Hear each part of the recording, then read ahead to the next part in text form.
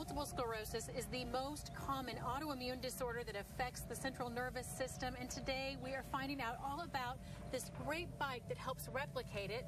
I've got Wendy Marley here with Pilates by Marley and Mark Von Meter. Great to see you, a triathlete, and you've both been diagnosed with MS, which is shocking because you both are so active and physically fit. True. Right. They call it a hidden disease because a lot of people with MS just look like Mark and myself, but you really don't know what it feels like, and that's where this bike comes in. It's called This Bike Has MS. It was built in Australia, and it was built to mimic those signs that a person that has MS has. And there's a lot of different types of things that go on with the person. Not every two people have the same symptoms, but this bike is interesting. It's the nightmare bike, basically.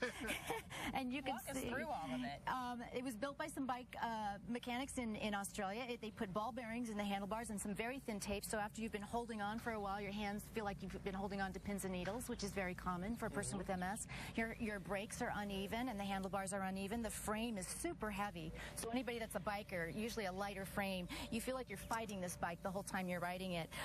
The frame has also been bent. It's tilted. It's tilted. It's got the hardest BMX seat you could possibly get. So not only are your hands going to start burning, but so is your behind. The back wheel is very unsteady. I don't know if you want to get on it here in a minute. You can see how it kind of leans to one side. Yeah, when you ride it, you're constantly fighting to even stay up, and then it changes gears on you because they've sawed off some of the gears. They've taken spokes out of the wheels, so it's basically every biker's nightmare. And I love it. All right, and I tried getting on this earlier, and it's really challenging, especially with the two different pedals. It has two different pedals, and they're two different heights. Leaning to the side, yeah, it's really shaky. I mean, you can see, you got on it earlier, Wendy. How would you say it differed or represented your I tell you what, I'm pretty athletic, and I was scared riding this bike because you were constantly fighting it because it is heavy. And the gears started shifting on me, so I was like, whoa, and I couldn't even reach the brakes.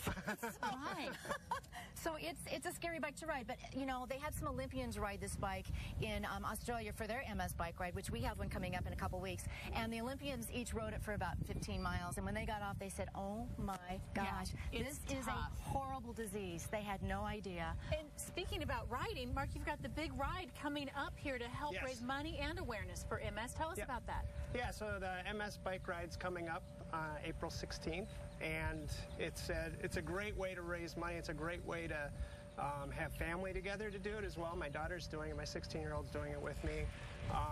And it impacts a lot of people. There's a lot of funds that are raised through this.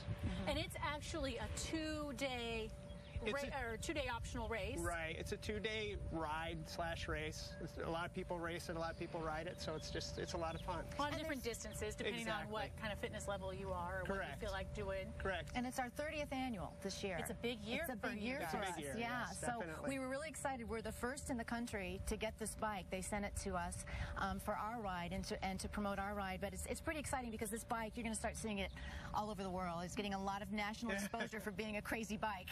Yeah, definitely. Yeah, it's crazy. But you still ride. Yes. I'm kind of surprised to hear that. Yeah. No, Does it keep you fit? Does it help with your MS? It does. It definitely does.